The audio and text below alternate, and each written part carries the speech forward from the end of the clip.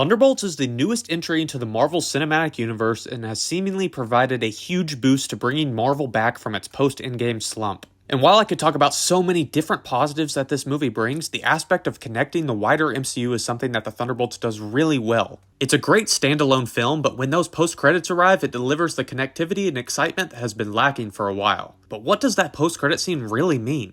I have come up with a theory and explanation on why everything went down the way it did and what it means for the future of the MCU. And yes, this video contains major spoilers for Thunderbolts, so this is your warning. Before I get into it, just a quick side note. If you haven't already, click the subscribe button and hop on board. I really appreciate all the viewers, so let's run up the numbers and grow this thing together. Getting into the post-credit scene for Thunderbolts, it's very important to note that director Jake Schreier did not direct this post-credit scene.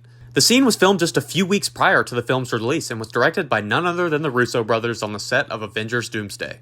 You can tell in this scene that the tone is a little different from the rest of the movie, and that would be why, but not in a bad way. This information gave me more trust in the Russos that they still have what it takes to tell a great Marvel story.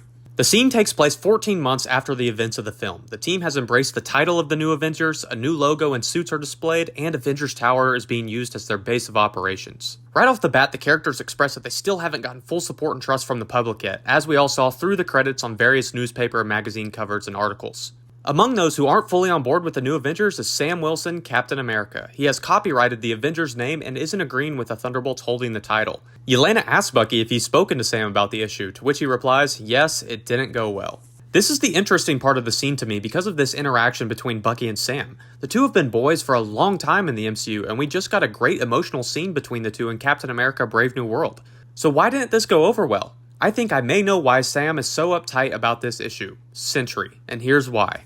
A government-created hero that's powerful enough to threaten the entire world? That same hero in the hands of a shady individual who wants to use him for the wrong intentions? These sound like easy reasons for Sam to want to contain Sentry and lock him up.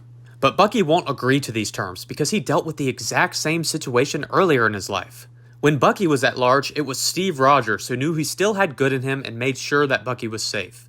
Bucky has spent time with Bob and knows there's so much more to him than Sentry in the Void and knows it's not his true intention to cause harm. Bucky will stand firm and protect Bob at all costs.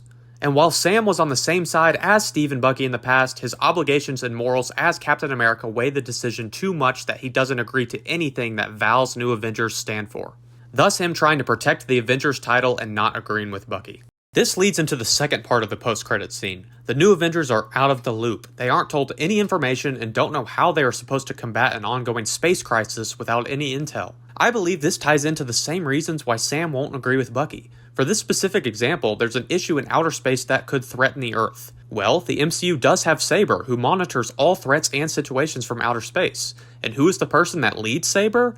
Nick Fury, the man who assembled the original Avengers. He has the same mindset as Sam Wilson and would go against someone like Val who isn't trustworthy of using her team for good. Fury would inform the Avengers team that Sam is building about the space crisis and not the new Avengers.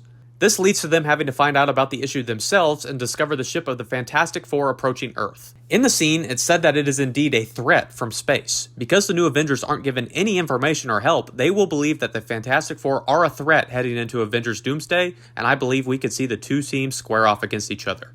Now, it may not be anything more than when Iron Man, Spider-Man, and Doctor Strange fought the Guardians in Infinity War, but we could very well see some conflict between the two.